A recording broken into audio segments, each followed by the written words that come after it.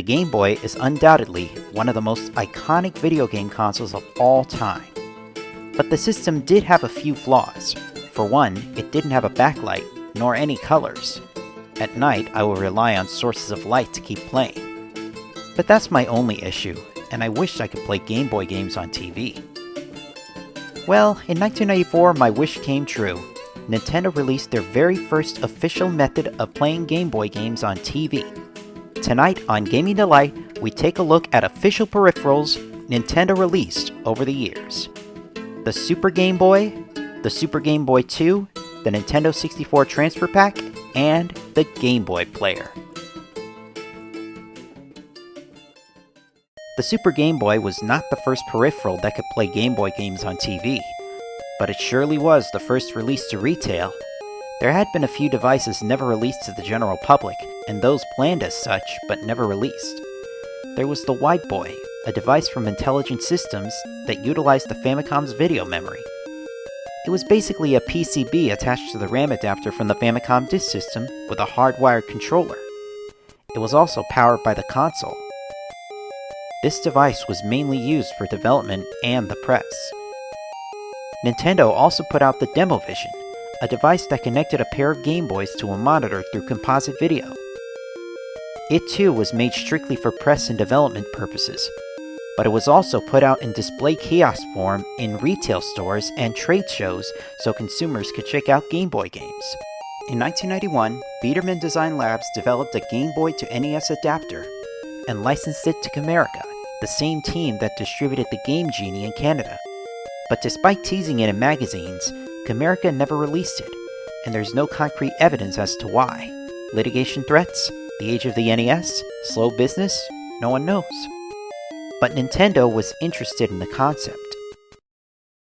They turned to manufacturer Hori to develop a new device. Now, if you're not familiar, Hori is known for releasing officially licensed third-party accessories for video game consoles, mostly controllers. Eventually, the Super Game Boy was born. The device was released in June of 1994 and sold for $60, the average price of a Super Nintendo game. Inside the Super Game Boy is the internals of a Game Boy attached to a Super NES PCB, albeit without the buttons or display. Using the Super Game Boy is simple. Plug in a Game Boy cartridge, insert the Super Game Boy into the Super NES, and power the system on. Upon boot up, you'll see a border resembling a Game Boy. You use a Super Nintendo controller to control the games. Pressing L and R simultaneously accesses the Options menu. Color palettes. You can choose a preset combination of 4 colors or make your own combinations, which have password saves. The device also has some predetermined palettes built in for some older games. Borders. Because of the Game Boy's smaller resolution, the Super Game Boy has 9 borders built in to accommodate the Super Nintendo's resolution. Some borders include screensavers which play idle animations. Of course, if you have a professional video monitor or a RetroTINK 5X or 4K and you don't care for the borders, there are ways to expand the Game Boy window. For better measure, set the border to plain black. You can even customize your own border. The Super NES mouse works wonders with it. Controller. All it does is customize the B button. Probably the best perk about the Super Game Boy is that since its release, Game Boy games came out with enhancements that are utilized if played on a Super Game Boy. Each one has a Super Game Boy Game Pack logo on the box and on the front label. Donkey Kong, a launch title for the Super Game Boy, is a shining example. It has a special border resembling the Donkey Kong arcade cabinet.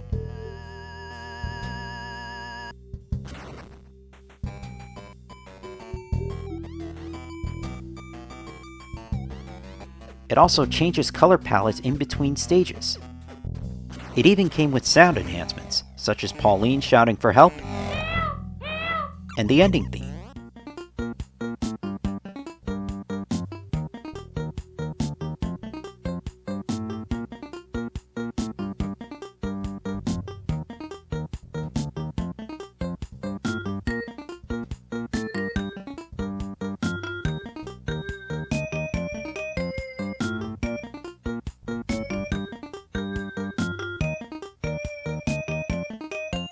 Space Invaders Well, it does more than just provide a fancy border or beautiful color palettes.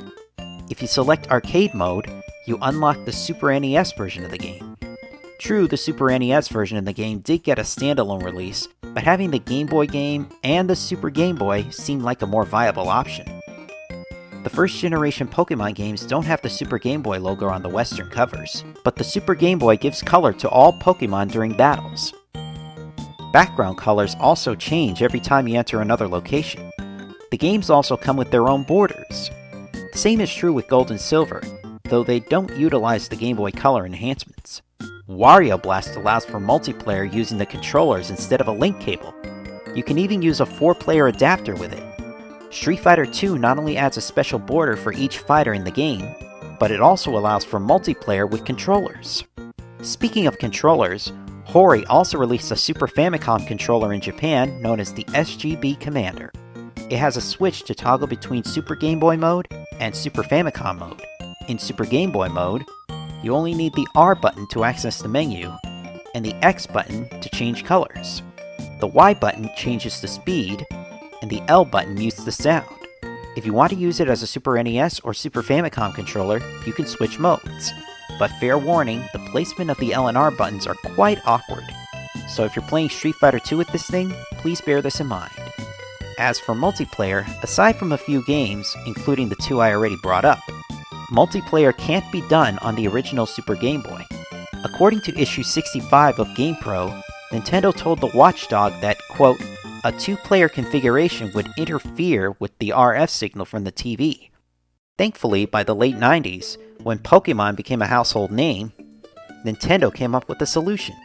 In January of 1998, they released the Super Game Boy 2 for the Super Famicom exclusively in Japan, even though they should have also released one for the Nintendo 64, which was Nintendo's primary focus at the time.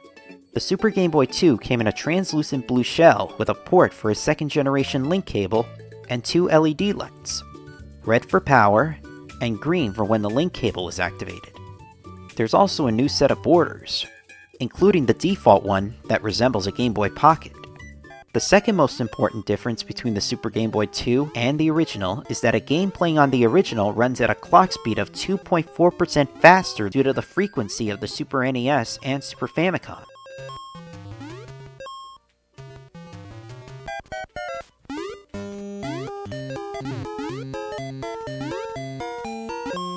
The Super Game Boy 2 fixes this issue by installing a crystal oscillator, thereby allowing games to play at their normal speed.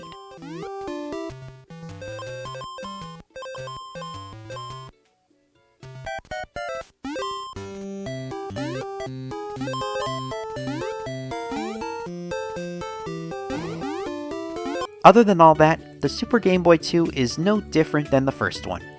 For reasons unknown, it was never released outside of Japan, nor for the Nintendo 64. Releasing a Super Game Boy 2 for the Nintendo 64 surely would have justified a Western release. Despite all this, the Super Game Boy 2 is the more definitive version of the device. Upon release, the Super Game Boy sold relatively well. The Super Nintendo was neck and neck with the Sega Genesis in the early to mid-90s, but was selling smoothly. The Game Boy was also selling like hotcakes, beating out the Game Gear about 10 to 1. Nintendo later released the device in other packages. One package was a bigger box with the Super Game Boy and the Super Game Boy Guidebook. The device was even packaged with the Super Nintendo in several regions. There was a Walmart exclusive in which the Super Game Boy and Guidebook were bundled with the Super NES control set. And then came the Super Game Boy set from Nintendo themselves, which included the Super NES, one controller, the Super Game Boy, the Guidebook, and Super Mario All-Stars. However, when the Super Game Boy first came out, reviews were mixed. Page 58 in issue 60 of Electronic Gaming Monthly even gave an in-depth look at the Super Game Boy. GamePro gave the device a bit of flack in issue 59. They stated, "Drawbacks? In the beta version we saw, you couldn't play two-player versus games. Another drawback? Who cares? This product adds little to the rapidly advancing technology of game systems. Forget about Ted Turnerizing Game Boy games and bring on Project Reality." But that's their problem! You're so quick to poo-poo everything. Anyway, the Super Game Boy was previewed in issue 60 of Nintendo Power and featured in issue 61, along with Donkey Kong 94. Issue 60 referred to it as, quote, a Game Boy revolution. The Super Game Boy 2 didn't get nearly as much attention in Nintendo Power, as by the time of its release, the magazine had stopped tracking Super NES games, even though they continued tracking Game Boy games. Not many other magazines covered it. So, that wraps up the Super Game Boy and the Super Game Boy 2. Both are neat and nostalgic ways of playing Game Boy games on your television. I highly recommend adding these to your collection, but this video isn't even halfway done. We still got a couple more devices to tackle, with a few third-party solutions in between. Gaming Delight will return in a moment. Game Boys moving into the age of color. Super Game Boy. Super Game Boy. You can put any Game Boy cartridge in it, and then play that Game Boy game in color on the big screen through your Super Nintendo. It's packed with color. Nice rainbow. Super Game Boy. Design your own colors for games like Donkey Kong and Tetris 2 from Nintendo. Brace yourself. It's Super Game Boy from Nintendo. Play your Game Boy games on the Super NES in living color. Even choose your own color combinations. Play all 350 Game Boy games. How does that strike you? Super Game Boy for the Super NES. Game Boy games in color, intense.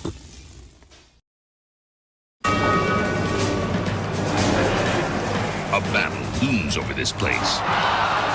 It's a battle for destiny, a battle for glory, a battle for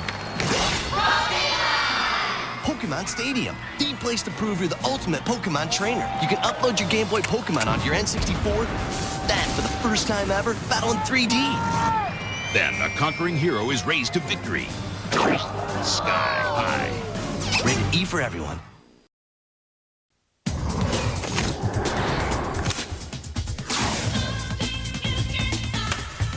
Final Fantasy Tactics Advance などのゲームボーイアドバンスソフトがテレビでも遊べるゲームボーイプレイヤー。ゲームキューブにセットするだけで新しいゲームのスタイルが始まります。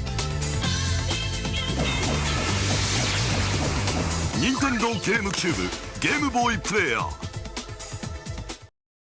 Even though the Nintendo 64 never got an official device similar to the Super Game Boy, the closest it ever got in terms of official hardware was the Nintendo 64 Transfer Pak, which initially came packaged with Pokemon Stadium, and unfortunately out of the box it's no Super Game Boy.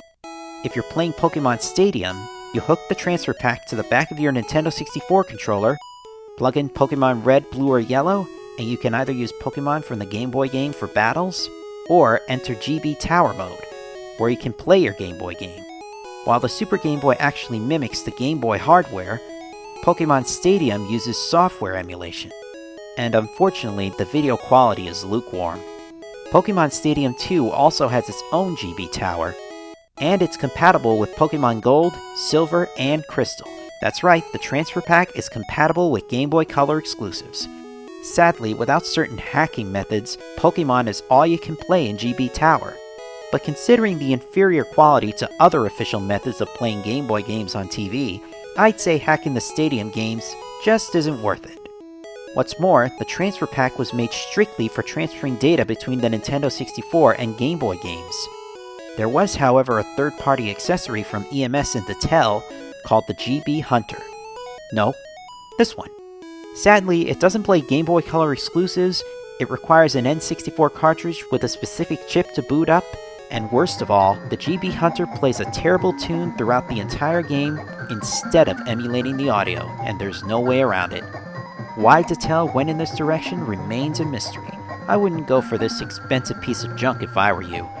The same would go for a similar device known as the Super GB Booster from Mattel and Innovation.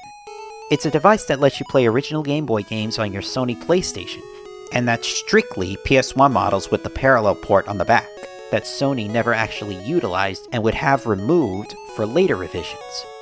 Like the GB Hunter, it doesn't emulate the game's audio, but unlike the GB Hunter, it doesn't play any audio unless you put in a music CD, which is just about the only improvement the Super GB Booster has over the GB Hunter.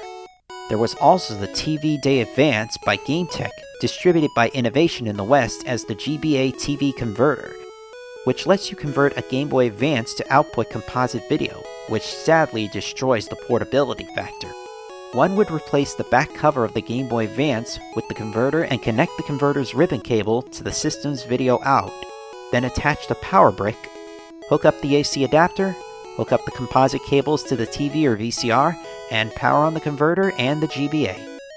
Although it does play everything the Game Boy Advance can, even the Game Boy Advance video cartridges, the cable connection is horrible, as is the quality when you actually get it working.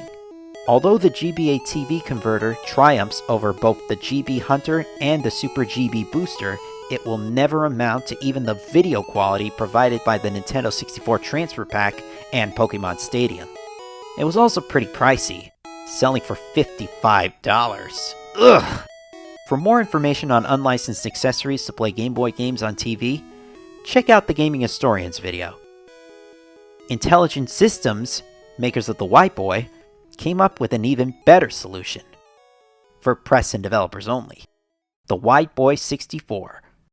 Two models were made, CGB, which played Game Boy and Game Boy Color games, including exclusives, and AGB, which did everything the CGB could, as well as play Game Boy Advance games. Check out My Life in Gaming's Game Boy video for more information on those. Nintendo themselves wouldn't release another Game Boy to TV device to the general public until 2003. Around that time, Nintendo's GameCube was trailing greatly behind Sony's PlayStation 2 and neck with Microsoft's Xbox in terms of units sold, mainly because of DVD playback and the PS2's backwards compatibility. But the GameCube was still making decent sales otherwise. Furthermore, the Game Boy Advance was making great headway. Microsoft had no plans for a handheld, Sega had already left the hardware business, and Sony's upcoming handheld hadn't even reached development stages yet. So to help boost GameCube sales, Nintendo came out with the Game Boy Player, an accessory that plays Game Boy, Game Boy Color, and Game Boy Advance games. It launched in March of 2003 in Japan at a retail price of around 5,000 yen. Within 3 months, it hit the Western market. It retailed for $50 in North America. The package included the accessory along with the startup disc, which unfortunately I don't own, and you'll find out why later on. The unit I have here is in jet black, the only color we got in North America and Europe. It was released in 3 other colors in Japan though, Spice, Platinum, and Indigo in addition to black. Australia got black and indigo. Simply attach the Game Boy Player to the bottom of the GameCube through the high-speed port and fasten it down with the flathead screws. On the bottom of the accessory is the obvious cartridge slot, and just above it is a port for a link cable, a wireless adapter, or the Game Boy printer. On the right side is an ejection switch, which practically shoots the cartridge out of the slot. I usually only use this for GBA games. For Game Boy and Game Boy Color, I just pull the card out of the slot manually. Insert the startup disc into the GameCube, power it on, and voila! Game Boy on the GameCube. But unlike the Super Game Boys, which each had a ton of features, the Game Boy Player's features were minimal. First option, frames, in which you can select from one of 20 borders to surround the game. Second, screen size. You can display your games normally, or choose full to zoom in a bit. Third, controller. You can customize the button functions on the GameCube controller. Fourth, screen filter. Stick with the default normal, sharpen the image, or soften it. Fifth, timer. Odd. What's the purpose? What, to let you know when you need to stop and check on food you're baking? Or get ready for something important?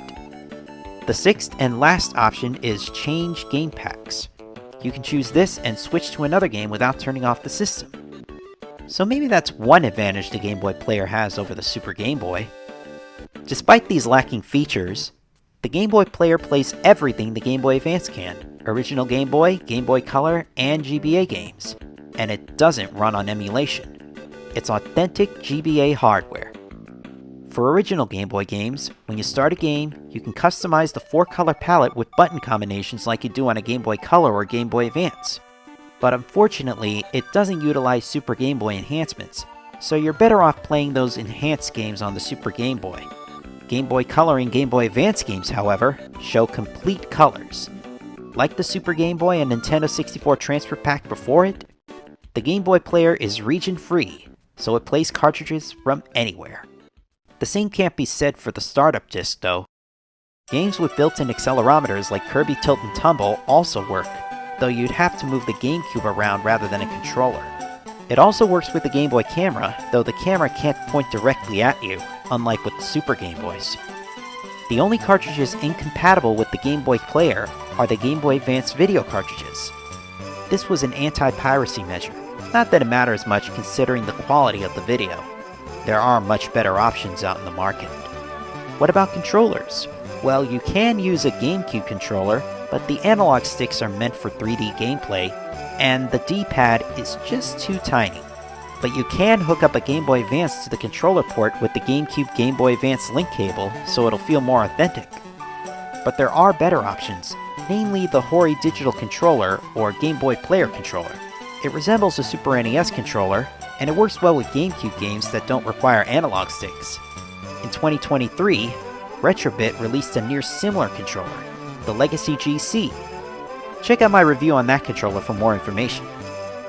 The one major flaw with the Game Boy Player is the video quality, which can only output in 480i or 480p, neither of which are right for Game Boy games. And it also has frame stuttering and a bit of input lag, among other issues. Component cables don't help either. Well, at least that's the best the startup disc can do. But over time, homebrew methods came along. One in particular is called Swiss. You can force the startup disc to run at a 240p resolution or at an improved 480p. Or better yet, you can use the Game Boy interface, a massive improvement over the disc, and also a worthy replacement considering how much the North American disc goes for these days. One other flaw, although it's pretty minor, is that it won't fit on the bottom of Panasonic's GameCube DVD player combo, the Panasonic Q. Panasonic did release their own version of the accessory, which today is much harder to find than the Q itself. The Game Boy Player received positive reception upon its release. In addition, when it came out in North America, Nintendo offered a free Game Boy Player to those who bought a GameCube. The accessory was even bundled with the console in several regions later on. It was also featured in issue 170 of Nintendo Power. Today, with the Game Boy interface, it's undoubtedly the best way to play the entire library of Game Boy, Game Boy Color, and Game Boy Advance games on TV. There are quite a few ways to launch homebrew. The Action Replay with an SD to memory card adapter or SD2 SP2, hack game saves installed onto memory cards, and modifying the GameCube with optical disc emulators or mod chips. One in particular is called the Flippy Drive, a solder-free disk drive emulator that maintains the disk drive, makes your GameCube region-free, and can launch directly into Swiss, among other cool things. I don't have that one yet, but I did order one, and I'm looking forward to it. For more information on these methods and the Flippy Drive, I have links in the description below. All in all, no matter what method you use to launch homebrew, the Game Boy interface is a massive improvement over the expensive and lukewarm Game Boy Player startup disc. However, Game Boy on television wouldn't quite go away completely after the Game Boy Player.